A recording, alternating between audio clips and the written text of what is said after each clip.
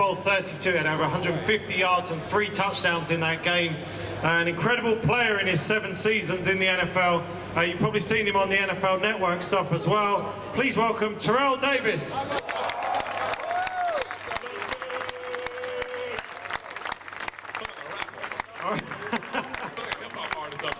Let's go, London, do this. Hey, ho. See, That's for later. I could never pull that off, so I don't try. Hey, man, sometimes you have to try it. Should we throw some balls out? Do you want to see? I'm going to see if I can hit that Jack's balloon. Let me see if I can hit that first, and then you have a go. All right, so what am I supposed to do? Well, you've thrown them to the crowd, but we've actually got bored with that, so we're trying sort of trick shots. Andre tried one over the scoreboard, but it didn't quite work. All right. That was going to hit it. That's pretty good. That was going to hit it, that. Pretty good. Let me see. Go on. Maybe I try that ball right here. Go on, and a balloon. Let me see, balloon. Keep the balloon still. Don't move it.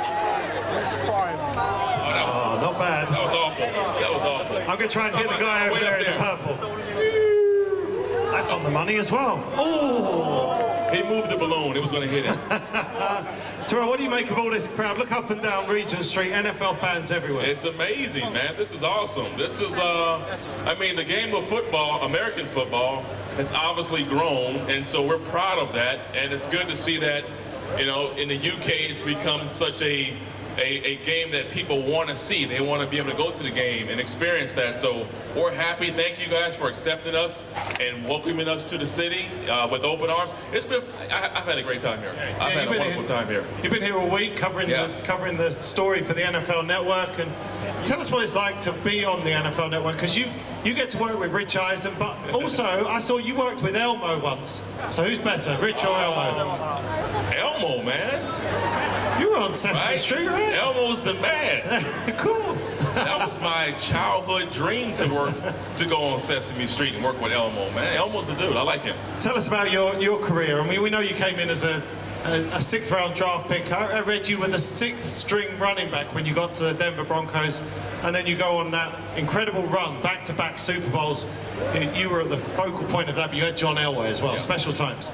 Well, I mean, for those of you who are still trying to learn the American game, when you come into the league, you get placed on what they call a depth chart. So basically, I was the 6th person that they would call on if they needed a running back. And so I had to work my way up from the bottom of the chart to becoming a starter.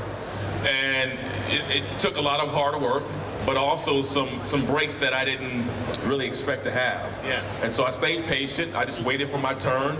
And then when my chance came, I just capitalized off the opportunity. That's really what I tried to do. This is a big game for the Raiders and Dolphins. There's a lot of events around it. Of course, there's a lot of events around Super Bowls, and they were a defining moment in your career. That first one against the Green Bay Packers was incredible. The 3 touchdowns, 157 yards, and you sat out quite a bit of that game, didn't you? I did. The second quarter, I missed the entire second quarter. So you're going for 200, right? You'd have gone for 200. Well, it doesn't matter. We won the game, so that's the most important thing for me. I have migraine headaches, and that's the worst thing you can have trying to be a professional football player, is having migraines. But it worked out, came back in, and helped the team win the game. When you're around the teams, obviously you're around training camps with your work with the NFL Network. Do you miss it? Do you miss playing? No. No? No. Why? Okay, I played one of the most physical positions in American football, running back. So we get hit at least 30 to 40 times a game. And on Mondays, it's not really the best time. You don't feel your best on Mondays.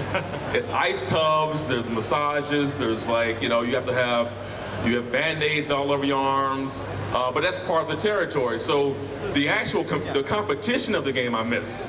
I miss playing on Sundays, but I don't miss Monday, Tuesday, Wednesday, Thursday, Friday. All the other stuff. All the other stuff. I miss the crowd, though. I miss the crowd. You guys do me a favor, because I haven't heard this in a long time. Just say TD real loud. Keep saying TD, TD. Can you do that for me, please? TD, TD, TD, TD. I missed that. I missed that. See, I missed that. Thank you very much, by the way. Appreciate it. And if you could all say near, no. That's not what I meant. What about tomorrow's game then? Because I know it's only week 4, but this is a big game for both these teams, because it's not been too great so far, but things can turn around in the NFL quickly. Yes, the positive is that it would be their 4th game of the year, obviously, and they have 12 more games after this. So If the Raiders lose, we know they'll be 0-4, and I know my Raider fans up here. I see you guys. I can see the look of desperation. But it's not over. You still have 12 more games to win. But history would tell you that no team who has gone 0-4 to start the season has made it to the playoffs. So not good for the Raiders. But the Dolphins, you guys are 1-2, and I see you looking happy. But 1-3 is not necessarily a great start either. So very important that obviously one team is going to win, but it's not all gloom and doom if you don't win. You got 12 more games. Teams rally late in seasons, and they find their way maybe to the playoffs. Because I always say this. History is meant to be broken. So just because it's never happened before doesn't mean it can't happen. So you guys stay positive no matter what happens this weekend. Well, the Steelers almost made the playoffs last year. They started 0-4. Yes, They lost here at Wembley, and then but for that field goal at the end of the San Diego-Kansas City game, they're in the playoffs. So it can happen. I want to ask you about running backs just as we wrap up, because we hear, there's no more franchise running backs. But do you think that's true? But is the running game still very important in today's NFL? Oh yeah, absolutely. The running game is still a critical part of the game. As much as the fans or the league wants to make it, I don't know if the league wants to. That's not the right thing. It's becoming a passing league. But teams who win the big games and who are successful on the road, they run the ball. And I don't care who you are, if you can run the ball and play good defense, you have a great chance at winning games and putting yourself into a championship position. And I'm a little biased towards running backs. I think they should run the ball 40, 50 times a game, because I think that's where the game was founded off running the ball. Right. The true form of football is running with the ball, getting your lineman to block, and then that's how it was founded. It evolved into a passing game. But I'm old school. I like the traditional football sense, and that is running the ball with a fullback, 2 tight ends, and let's smash mouth football. You played in the AFC West against the Raiders twice a year, so you would have played in Oakland. We're going to see the Black Hole take over Wembley Stadium tomorrow. What can we expect? Oh man, I played in Oakland a few times, and they have the most passionate fans in the world, and they do. I played there. I played in Miami too, but Oakland, we played them twice a year, and obviously one time in Oakland, once a year in Oakland, and it's just it's an environment that is hard to play, right? And because they're passionate about their team, and so I think you'll get the same thing here. I think you'll get it from Miami fans as well. I think it's going to be a tight game. It's going to be a great contest.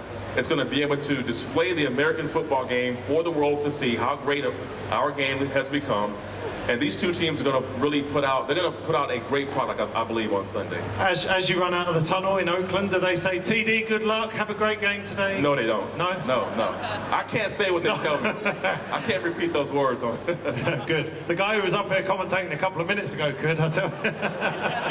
Absolutely. So, do they make you make predictions on the NFL Network? Should I push you for a prediction for tomorrow? I make predictions. We're going to make a prediction right before the game. Okay. On the show. So watch the NFL Network if you can get it. I don't know. Is it the show we here? get it. Yeah, you can get it. If they've got NFL Game Pass, they get all the NFL Network programming. All right, that's when I'll make my predictions. Right before the game. He's a part politician, but he was an excellent running back in the NFL. Please give it up, Terrell Davis.